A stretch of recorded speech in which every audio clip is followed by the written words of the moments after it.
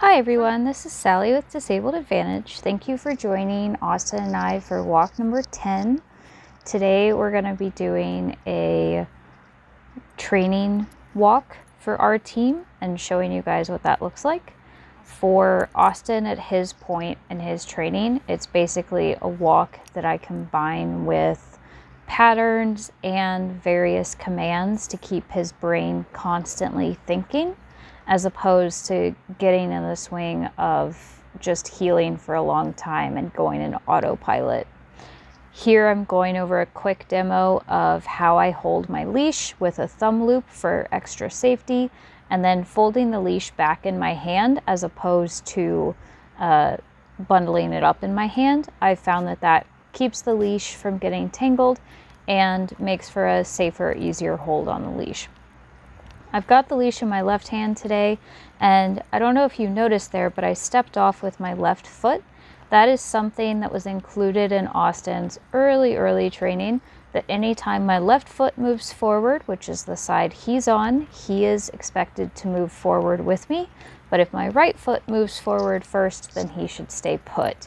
And that was woven into all of his basic training so that on days when I couldn't talk, he would still understand what was being asked of him just based on my body movement.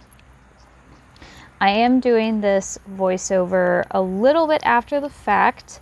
I wanted to really focus on Austin during this walk and keep my extra talking to a minimum, because it can be hard for me to split my focus between working with Austin and seeing all of the little things that he needs done with him, and then still giving you guys commentary. So this is voiceover after the fact.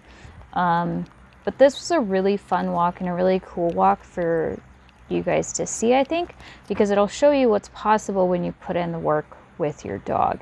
And I know not everybody's going to be putting in nearly as much work as I did with Austin, because your needs with your dog are different than my needs with Austin, and that's okay. But even if you taught your dog more basic things, once they understand heel and they understand a walk and what's expected of them manner-wise, adding in different things to your walk can make it more interesting for both you and your dog. And it's a great way to find out where there might be cracks in your training. So I have at this point asked Austin to heel, and I'm expecting him to maintain heel.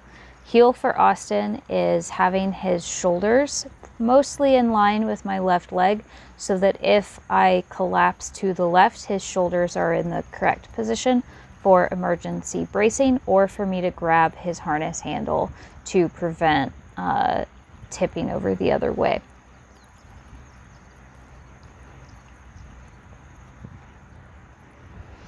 We start our walk as soon as we come out the door.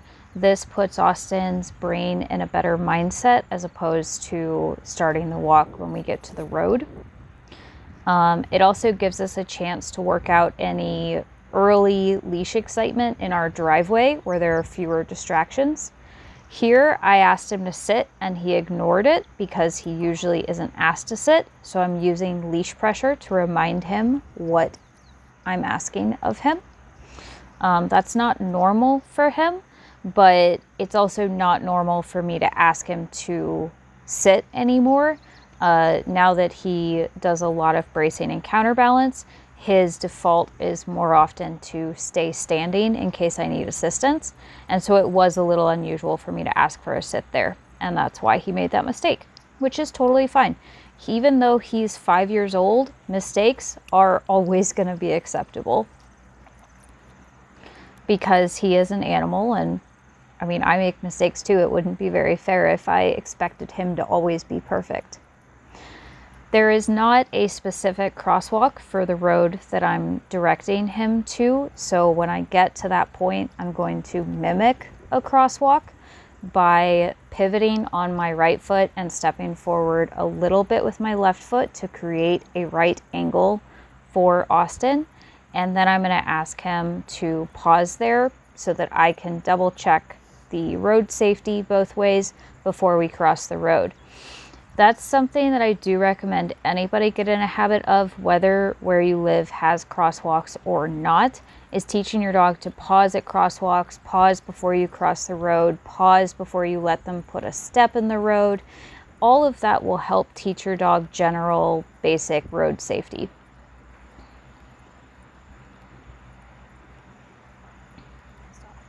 So you're going to see that maneuver here.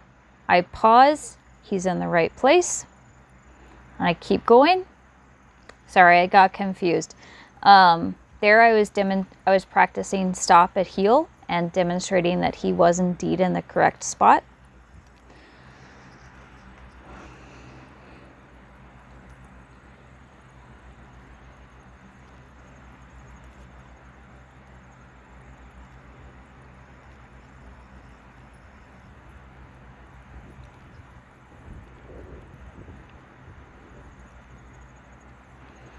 And here I'm going to slow down and pivot and turn and stop. This is where I'm creating the imaginary crosswalk.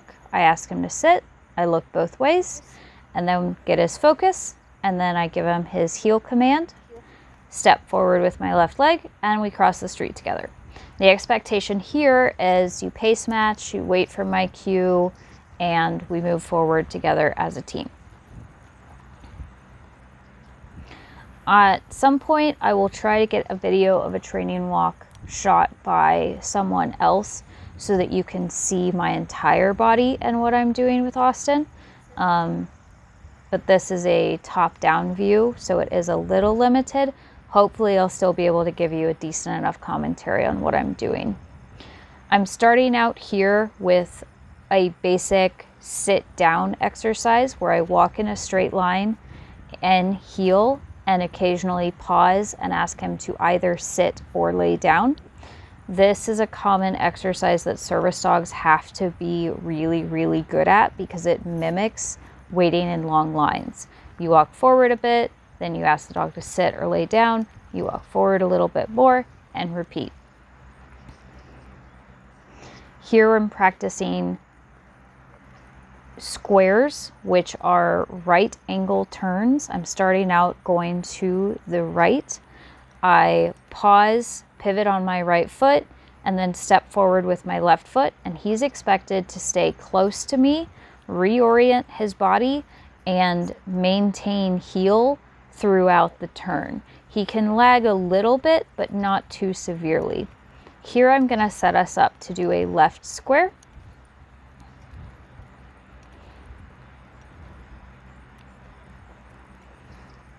So I'm cutting across the road diagonally, and now this time I'm going to pause and pivot a bit on my left leg and then swing my right leg forward around. You'll notice I'm kind of exaggeratedly cutting Austin off. That is something that's going to be more needed when you first teach your dog this pattern, but less needed once your dog knows it. The reason I'm doing it here is because it's been a while since we've done this pattern, and I wanted to be really, really clear with Austin about my leg cues and what I was asking him to do. The more clear with Austin I can be, the better he is at staying on the same page with me and the fewer mistakes he makes. And so often if I start a training walk, I have more exaggerated movements, and then the deeper into the training walk we get, I make my movements more and more natural and expect him to be on the same page. So I give him kind of a warm-up with exaggerated movements and then gradually move back into normal movements. There we did what's called a figure eight, where we do a circle in one direction and then a circle in the other direction. That is to check in with how well the dog's paying attention to your movement. Here I'm practicing stop at heel. The expectation level for Austin with stop at heel is to stop perfectly in line so that my left hand can go right down on his shoulders and be ready to brace. And everything that I'm working on in this video are all things that Austin knows. Here I'm asking him to back up at heel gradually. I teach gradual backing up, not fast trick backing up, because this is a functional way to back up for a service dog. Service dogs really only need to be able to back up in really short bursts, not for great distances. Here I'm going to work on some basic recalls to front. And I'm starting on our walking leash to prime his brain and warm him up. And then later in the walk, I'll take the leash off and do further distances off leash. Oh, sorry, I was mistaken. This is not a front recall. This is a heel recall. So it's important for Austin to practice both front and heel recalls, because a lot of times Austin and I take walks in fields with really tall grass where it's uncomfortable for him to come and sit in front of me and sit down in the tall grass, which is what his main recall is. And so a lot of times I'll practice heel recalls instead to help prepare him for those walks and practice for those walks. And also it's just a really great emergency recall. You don't see it in this video, but one of the things I am able to do with my dogs that I've trained is I can be actively walking, leave them someplace, or have them wandering around freely, and I can call them to heel while I'm still moving, and they'll catch up and match pace with me. And that's been extremely beneficial in emergency situations, because I don't have to stop and reposition my dog. They just come to the right place and everybody can keep moving. Here we're working on his lateral movements, moving from the side to the right and the side to the left. This is a weird maneuver that you're probably not going to see very often. I use it with cart work, and I also use it for repositioning him for bracing, as well as general coordination and muscle building. Here we're doing some more pace matching. A service dog needs to be able to walk super, super slowly, normal, and very quickly, and stay in the exact right position for all of those speeds. And that can be pretty hard, so it's a good thing to include on training walks. Here I'm attempting to run in heel, and he's doing a pretty good job staying in heel. He got a little ahead, but understandably so, because my run is not the same speed he wants to go for his run. And every time we keep going again, you might notice that I'm patting my left leg twice. That is to help work in his nonverbal cue that means to heel. I have TMJ and we suspect TN, and there are days where I cannot talk to him, and I spend the entire day giving him hand and body cues instead. And so being able to tell him I want him to heel without having to say those words or have a leash in my hand is extremely beneficial. I'm trying my best not to do just drill after drill. I'm trying to do 1 to 3 drills and then heel in a straight line for a little while before doing more drills. I learned early on in Austin's training that if I just do drill after drill after drill after drill and I don't give him breaks from it, that he gets more overwhelmed and stressed out by the training and by the thinking, and makes more mistakes, and then those mistakes get more corrections, and it's just a really bad cycle.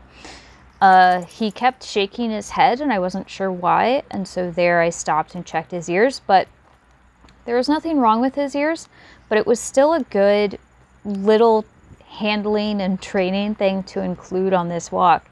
There are going to be times where you need to check your dog's paws, eyes, ears, or mouth mid-walk to check their vitals or to see if they got something stuck in there or an insect got in there. And it's a really good idea to practice your handling drills on your walk so that your dog will be more accepting of those things being done to them in a place like your neighborhood walk, as opposed to where they might anticipate those things happening, like on your grooming table or at the vet's office. The more confident your dog is with you doing handling anywhere, the easier it will be if there is an emergency. Here we're practicing a heel pattern I call a serpentine. That's where we just weave on and off the road in kind of like a long S curve. I only did a few loops and then we went back to moving straight. That's pretty standard for us. The serpentine is a harder pattern, but it's a good one for really checking in with the dog, paying attention to your movements.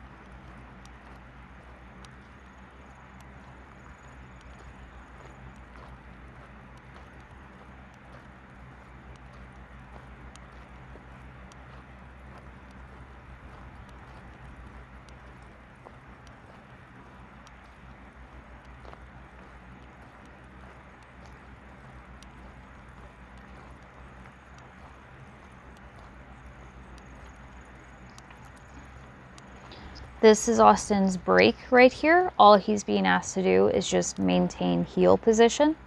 This may not seem like a break, but it is a break because the expectation level is lower, as opposed to listen to a bunch of commands and watch all of my body movements. The expectation is just watch my legs, move with me, stay in heel.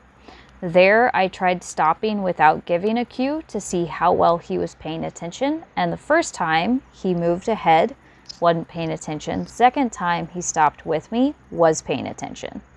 Third time, paying attention.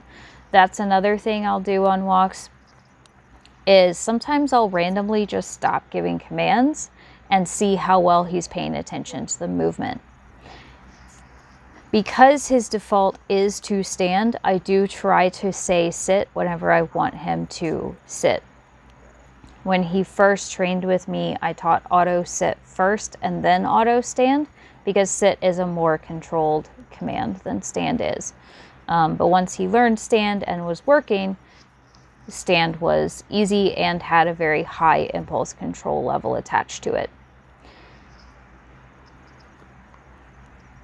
Here we're working on slow circles in the road and asking him to sit in the middle. That just breaks up the monotony of it. The more you can take a pattern and tweak it and change it a little bit for your dog and make it different from what they're anticipating, the more you will raise and train an active thinker dog. A lot of dogs become highly anticipatory, and owners think that the dog is doing a really good job. They think that the dog knows the training, but what the dog knows is the patterns in which you ask them to do the training, and they've learned to anticipate those. And that's what they're doing, is just practicing patterns, not so much actively thinking about what you're asking them to do. Here I'm working on slack leash heel and drop leash heel. I put the leash over Austin's back and then ask him to maintain heel. This works on heel accountability. It's entirely up to him to stay focused and stay in the correct position for heel. The leash is not telling him what to do. So he has to be really, really aware of my movements, my voice, and my hand cues. So we're practicing a figure 8 with the leash draped over his back. And you can see he struggles a little bit. He's thinking really, really hard. And how I know that is that those are his thinking ears. When his ears pinch in like that, it tells me he's thinking a lot harder about whatever it is we're doing. Here I ask him to carry the leash. This is another service dog skill. Sometimes I'll ask him to carry his leash or carry something else for me while we walk together someplace. And so it's a good, quick, easy thing to fit in. And then we go back to normal heel and give him a little bit of a thinking break. do not expect your dog to be able to do all of these things in your walk unless they are things that you have trained your dog specifically to do. So the really cool thing about a training walk is that there isn't really a rule to it. It's just whatever you know your dog is capable of doing in your home and in your yard on leash, give it a try on a walk. Work it into your normal walk. Dogs do get bored just walking in a straight line. Heel takes a lot of effort to maintain. A lot of dogs like Austin get into autopilot where they have just anticipated and accepted heel, and they're anticipating that heel is going to continue indefinitely. And when it doesn't, they make more mistakes. So the more you can teach them to be actively thinking and stay on their toes by incorporating commands, by incorporating patterns, by incorporating other exercises within your heel walk, the more you'll teach them to not switch on autopilot and instead stay tuned in with you for the whole walk.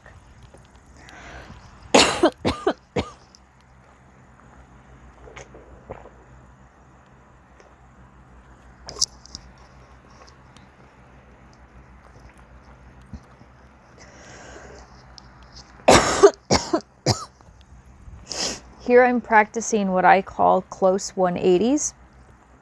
These are very, very tight turnabouts in heel. You have to slow down your pace and then wait for the dog to catch up with you. These are really helpful for tight public quarters. He got a correction there for trying to sniff the ground instead of sitting when I asked him to.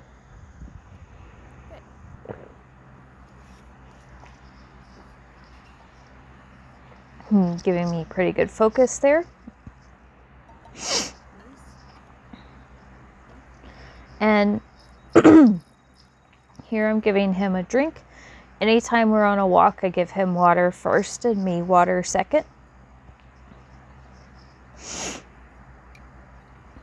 And he knows to wait until I'm done drinking to just kind of hang out.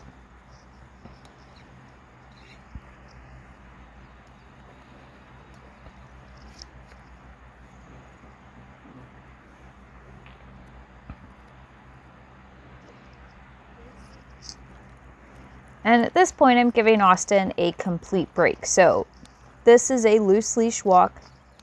He's allowed to sniff and wander a little bit as long as he doesn't make the 4-foot leash too tight. The expectation level here is even lower. All he has to do is not make the leash tight, and that's it. So he can sniff, he can be forward, he can be a little behind, but I've still got my thumb in the thumb loop and my hand is gripping the leash the same way, so that if something unexpected happens, like a deer pops out of the bushes, or a rabbit runs across the road, or a car starts coming down the road, I'm still prepared to draw the leash up, call him to heel, recall him another way, and maintain control of the leash. But including this in the walk lets his brain kind of relax for a little bit. He still has to be aware of me. He still has to be aware of the leash. I'm going to throw in the occasional recall check-in like I did there. But I'm mostly not going to talk to him. I'm just going to give him some time to exist on leash, basically. And I'm not holding my arm way up in the air. He's got 4 feet of slack and he's choosing to be close to me. Part of why he's choosing to be close to me is because I did do that check-in recall. I could feel him getting further out, so I did a recall and now he's choosing to move closer to me. But that isn't something that happens overnight. That is part of his basic training. I stopped and he stopped, which was good. And another recall, and then release.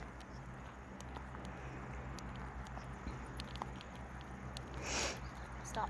And a stop command, and walking past him to check that he will hold stop even if I'm moving around. Stop is really important for emergency control. If I see a hazard that he is not aware of.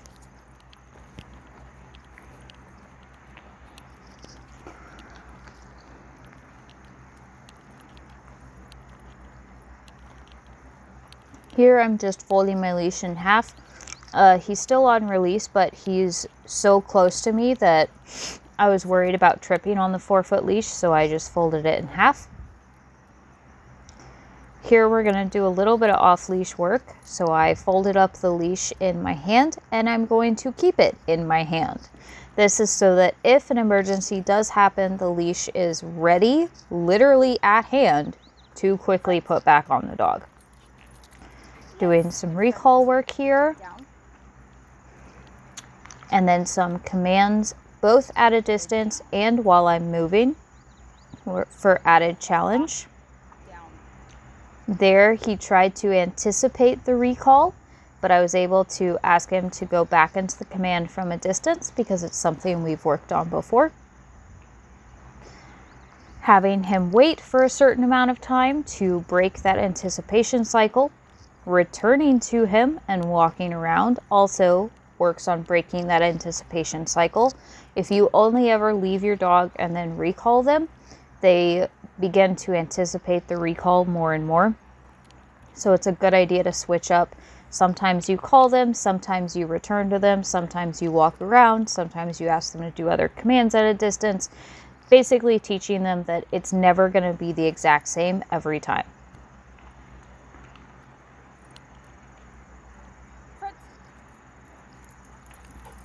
And he did a really good job waiting and doing all that impulse control work, so he gets an off-leash break to sniff and move around a little bit. But you can see my hand and by my shadow that I've still got the leash in my hand. It would be very easy for me to put the leash in my pocket, but I'm keeping it out because that's the safest choice to do when you're on a walk in a country road like this. You never know what's going to pop out. Here we worked on a moving stop where I ask him to stop and I keep moving while he's off leash. This just further works on his emergency and off leash reliability with me. And I'm going to practice some stops soon where he's up ahead of me. It's, people don't think about it, but it's really important to practice. Teach your commands on one side of the dog first. So most often people teach commands with the dog in front of them or on their left, but then they inadvertently ask the dog to do the command with them in a different position, and the dog struggles and you don't know why. So what I recommend for clients is teach the dog a command to reliability where the dog knows the word, they know what's expected of them, with the dog on your left or the dog in front of you. And then really make sure they know the command by practicing with the dog in front of you, the dog on your left, the dog on your right, and the dog in front of you. So what that means is you're in front of the dog, you're behind the dog, you're on their left, you're on their right. The more you do this with all of your commands, and then you also up the game. Sometimes you're on the floor, sometimes you're seated, sometimes you're standing, sometimes you're actively moving. All of that will help your dog generalize that command, make it stronger, get more confident, and understand that you aren't going to look the exact same way every time you give a command.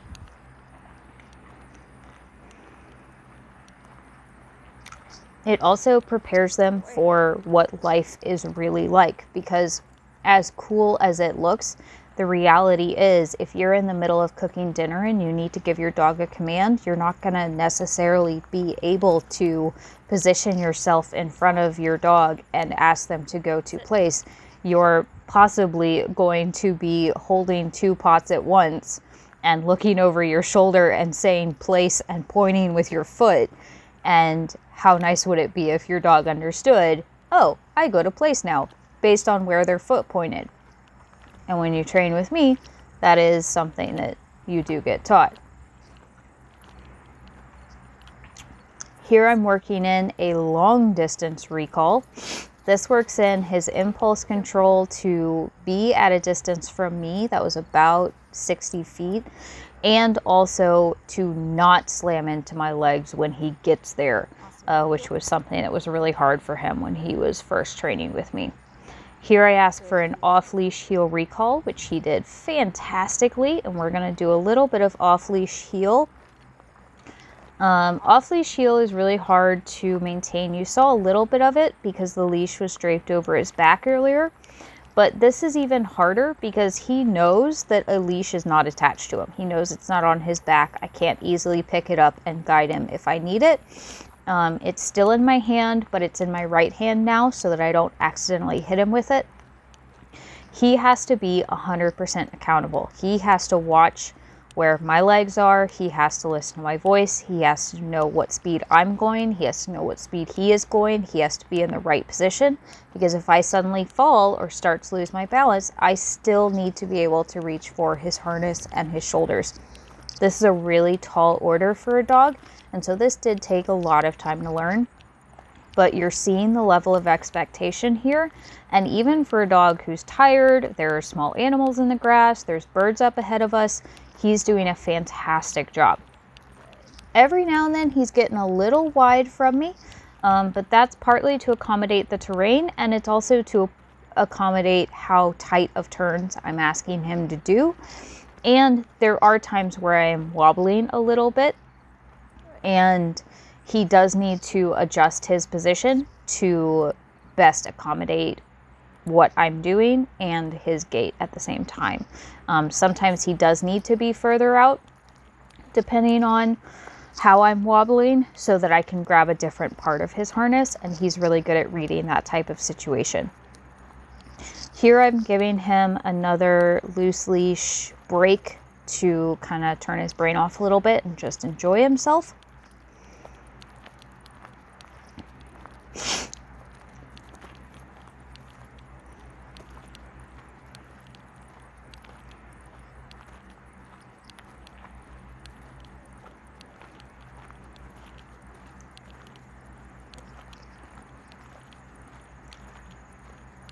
I gathered up the leash a little bit because he is still sticking really close to me, and that's to be expected. After a good training walk, your dog should be moving closer to you than they might have been at the beginning of the walk if you had given them all of the leash, because they're waiting for the next cue. They're actively thinking, they're actively being present with you, and that is what we want. That is the ideal way to end a training walk.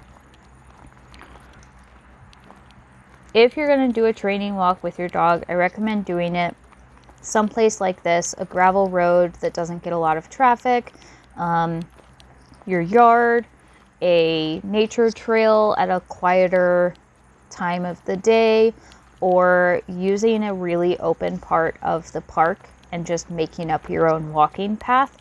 Doing this on a sidewalk, especially someplace like downtown or in a busy neighborhood, is going to be a little bit more stressful, just because you have to worry about other pedestrians and potentially other dog walkers that you might run into. So it gets a lot harder to work in as many different commands: off leash work, slack leash work, drop leash work, and all those heel patterns.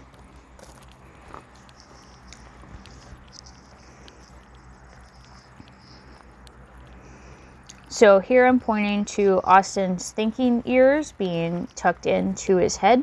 Sometimes those ears mean that he's stressed out about something, and other times it means that he's just thinking really, really hard. It's up to me to read the context. And him being stressed out doesn't necessarily mean a bad thing. It might just be an indicator to me that I might need to change a tactic in the moment to help him work through whatever he's stressed about, or keep doing the same thing because it's working and he's just learning how to process it. But today, it was because he was thinking very hard. We had not done a training walk like this in quite a while.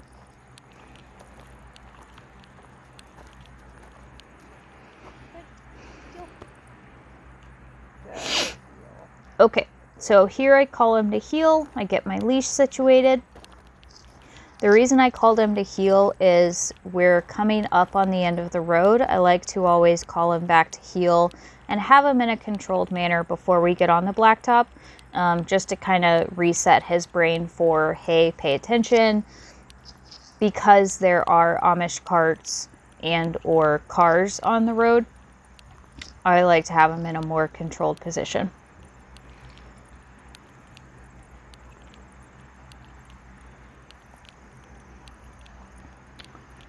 It's also a good idea for heel walks and training walks both, and even for loose leash walks. If your dog knows heel, anytime you can start a walk in heel and end a walk in heel, whatever else you do in the middle, making kind of a heel sandwich out of your walks helps your dog have a more balanced mindset about the walk, makes the expectations of them a little bit clearer for them. And it's also a good indicator for you of where their brain is, because if you start a walk and you start it in heel and they're having a really hard time being in heel, maybe they're lagging, maybe they're racing ahead, they're super distracted, you're going to notice it a lot more acutely than if your dog was on loose leash. Because when your dog is in heel, the leash is shorter, the dog is closer to you, and you're more aware of them. Whereas when they're on a loose leash, they're further away from you. You don't feel as much happening through the leash and traveling up to your hand, and so it's really easy to miss what state of mind your dog is actually in.